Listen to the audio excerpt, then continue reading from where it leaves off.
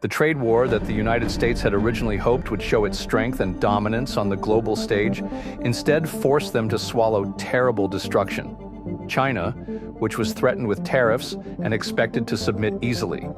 Instead of submitting and negotiating like dozens of other countries, China, which had learned a lot and done a lot of homework since the 2018 trade war, instead slapped the United States hard, showing that China had surpassed the United States in various sectors. Even very vulgarly, China challenged the United States to a brutal war in any sector, from the military, economy, technology, energy, and so on.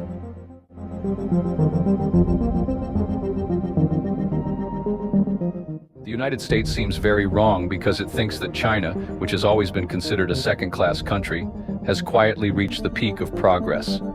In the end, the United States seems to regret underestimating China. Because not long after Trump raised tariffs recklessly, the trade flow between the two countries, which was worth more than $650 billion in 2024, was paralyzed in an instant.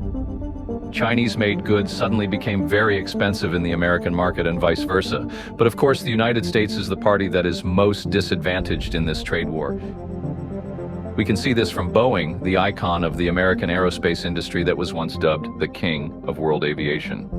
For decades, Boeing and its European rival Airbus have dominated the two global commercial aircraft markets. However, the trade war and competition with China have become a kind of hurricane that has shaken this giant. When Trump decided to raise import tariffs on Chinese goods by 145%, Beijing immediately retaliated with a deadly move for Boeing. All Chinese airlines were ordered to stop purchasing new Boeing aircraft. Not only that, China also asked national airlines to suspend purchasing aircraft spare parts from U.S. companies. This move by China has caused Boeing to fall miserably because China is one of its largest markets. In fact, according to Boeing's estimates, China needs around 8,090 new aircraft in a 20-year period, with an estimated value of around $1.3 trillion. Of that amount, around 50 to 60% is expected to be met by Boeing, while the rest by Airbus and other players. So, the estimated number of aircraft needed by China from Boeing is around 4,000 to 4,500 units in 20 years, from 2019 to 2038. For Boeing, this decision by China is like a nightmare come true. In early 2025, Boeing still had 130 aircraft on the order list for Chinese customers. Unfortunately, all of those orders are now in danger of being canceled. Airlines like Air China, China Eastern, and China Southern were originally scheduled to receive dozens of Boeing jets each year through 2027. That's 45, 53, and 81, respectively. The problem is that if deliveries are blocked, Boeing will lose a huge market for dozens to hundreds of new jets.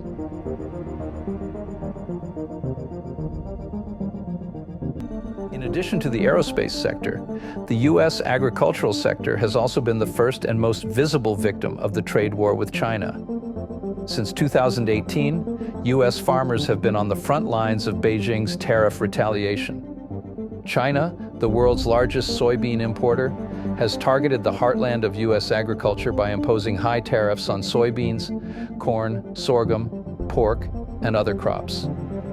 The results have been devastating.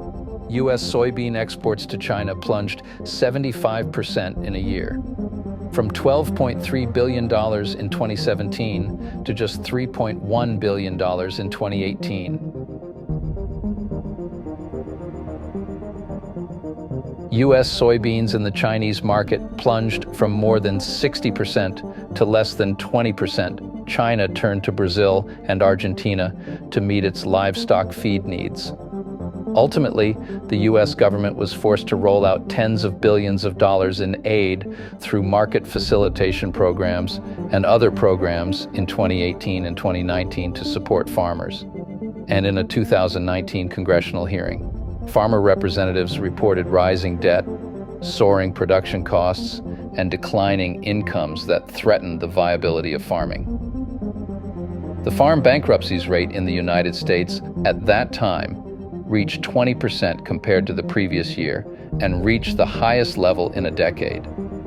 This phenomenon was accompanied by increasing mental stress among farmers.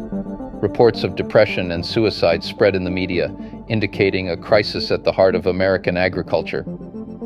In 2020, China promised to buy a large amount of U.S. agricultural products.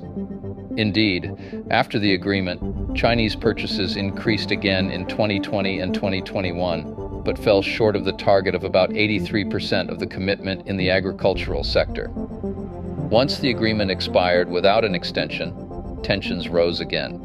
It peaked in 2025, when China's retaliatory tariffs of 125% effectively closed off access to U.S. agricultural products to the Chinese market.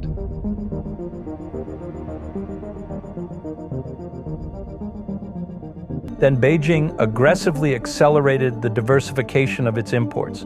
Brazil is now the main supplier of soybeans to China and is even expected to meet most of China's future import needs.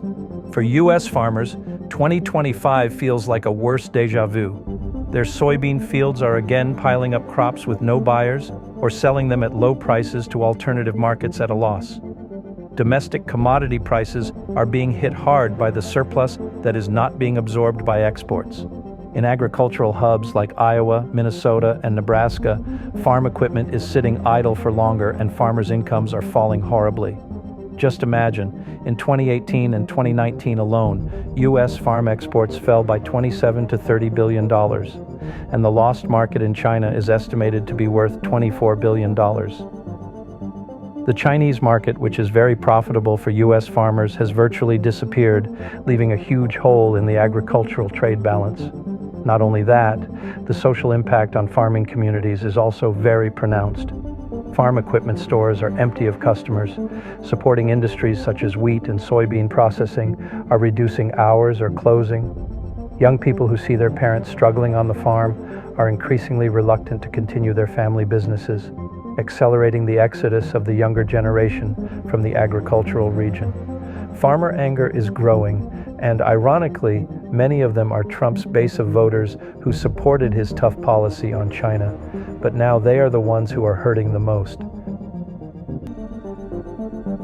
Furthermore, the 2025 trade conflict also shakes the U.S. energy sector in two areas: fossil fuel exports and clean energy technology competition. The United States has been aggressively exporting liquefied natural gas, LNG, and crude oil to China in recent years. But every time tensions escalate, these commodities become political weapons. In the first Trump-era trade war, China drastically cut LNG imports from the United States by imposing tariffs of up to 25%, halting U.S. LNG exports to China in 2019. After recovering partially after the first phase in 2025, China's 125% tariff round again makes energy imports from the United States uneconomical. Meanwhile, China can easily switch to other suppliers. They can increase imports of cheap oil from Iran and Russia, which are in need of buyers due to Western sanctions, and add long-term LNG contracts with Qatar and Australia. Thus, U.S. energy companies lose access to one of their most dynamic growth markets. Even though the United States is an energy exporter, losing a customer as big as China still has a significant impact. Natural gas prices in the United States could fall due to an unsold glut that would hurt gas companies' profits. The U.S. energy sector faces a double whammy. On the one hand, oil and gas producers are losing significant market share, export revenues are declining, and project expansion is being held back. On the other hand, the United States is playing catch-up in a renewable energy revolution already dominated by China. If there is no breakthrough, the United States risks not only losing ground in the energy sector, but also losing a key weapon, its faltering petrodollar dominance.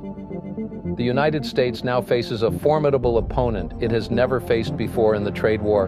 And can the United States survive and thrive against China's onslaught?